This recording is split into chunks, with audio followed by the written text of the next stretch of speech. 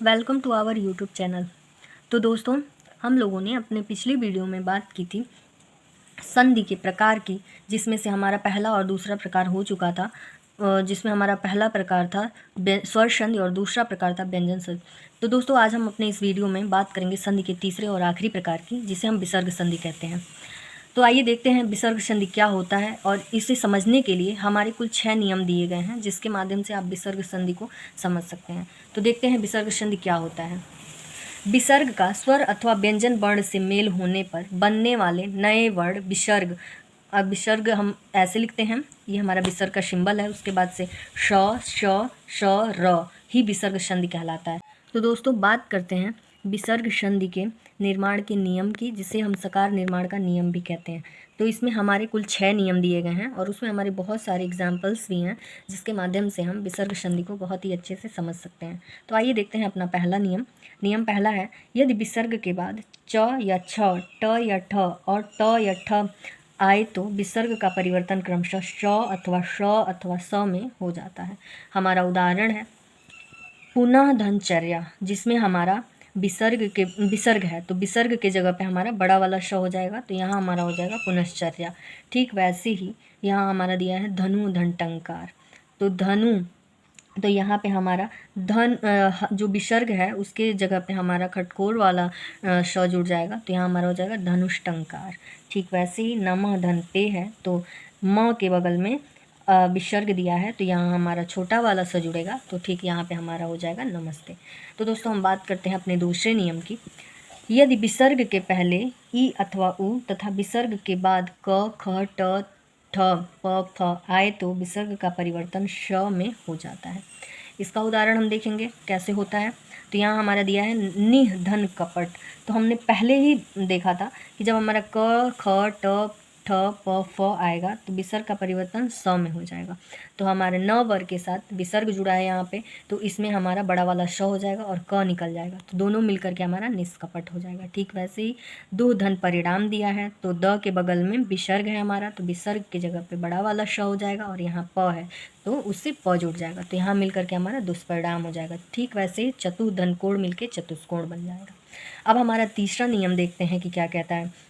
तो दोस्तों, हमारा तीसरा नियम है, यदि विसर्ग के पहले अ तथा विसर्ग के बाद क ख प फ आए तो विसर्ग अपरिवर्तित रहता है, मतलब विसर्ग जो हमारा होता है वो बदलता नहीं है। आइए इसका एग्जाम्पल देखते हैं कैसे होगा। तो दोस्तों, इसमें हमारा पहला उदाहरण है प्रातः धन काल, तो यहाँ पे हमारा हो जाएगा प्रातः काल। ठीक वैसे ही पह्य धन पान दिया है, तो पयः पान हो जाएगा। वैसे ही अंतः धन करण दिया है, तो अंतःकरण हो जाएगा। अब बात करते हैं हम अपने चौथे नियम की।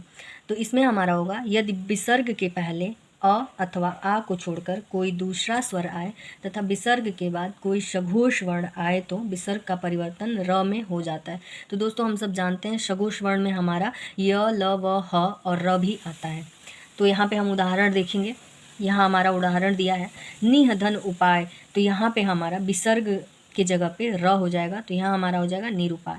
ठीक वैसे ही निह धन आधार दिया है, तो न के बगल में हमारा विसर्ग है, तो यहाँ हमारा र हो जाएगा, तो यहाँ निराधार हो जाएगा। ठीक वैसे ही दुधन गंध और दुधन आत्मा मिलकर के दुर्गंध और दुरात्मा में बदल जाएंगे। यहाँ पे हमारा एक सबसे इम्पॉर्टेंट नोट है, जिसे हम समझेंगे।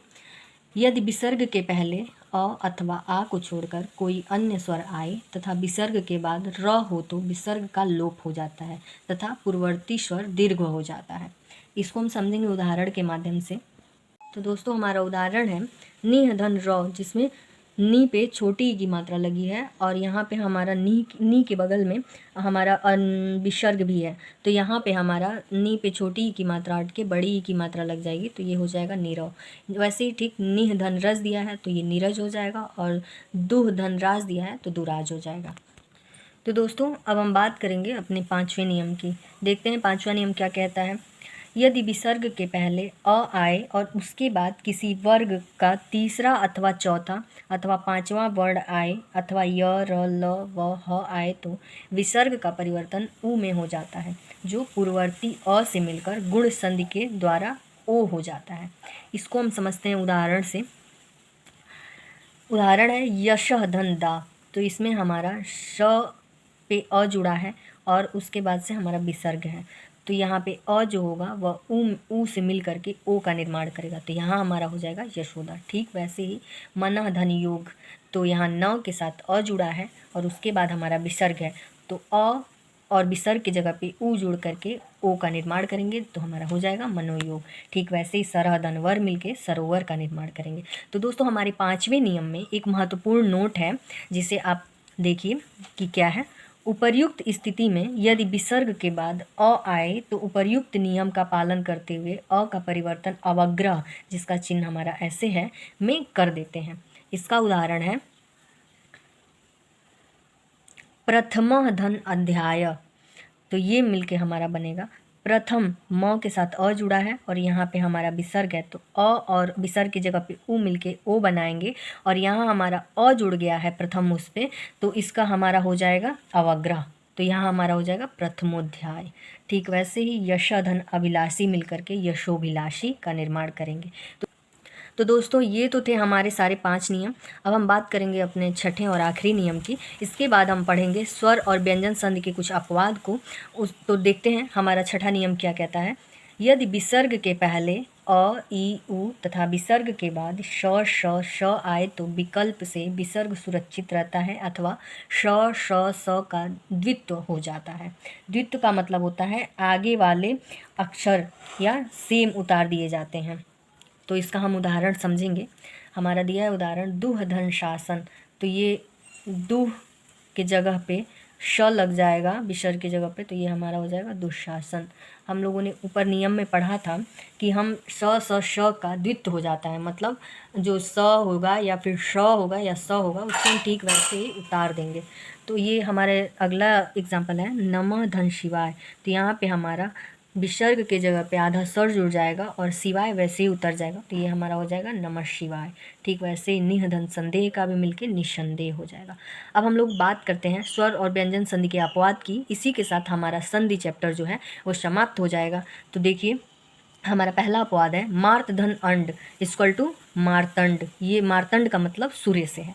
ठीक वैसे ही स्वर धन इर अर्थात स्वैर, स्वैर का मतलब होता है स्वेच्छाचारी, जो किसी के अधीन नहीं रहता है उसे हम स्वेच्छाचारी कहते हैं। अब हमारा तीसरा अपवाद है अच्छ धन ऊहिनी, मतलब अक्षौहिणी। इसका मतलब होता है चतुरंगड़ी सेना या विशालकाय सेना से है। तो दोस्तों इस अपवाद के साथ ही हमारा संधि चैप्टर जो है वो ख़त्म होता है। आपको अगर हमारी वीडियो अच्छी लगी हो तो लाइक शेयर सब्सक्राइब करते रहिएगा, जैसा कि आप हमेशा करते हैं। और इसी के साथ हम मिलेंगे आपको अपने अगले टॉपिक में। तब तक के लिए थैंक यू सो मच।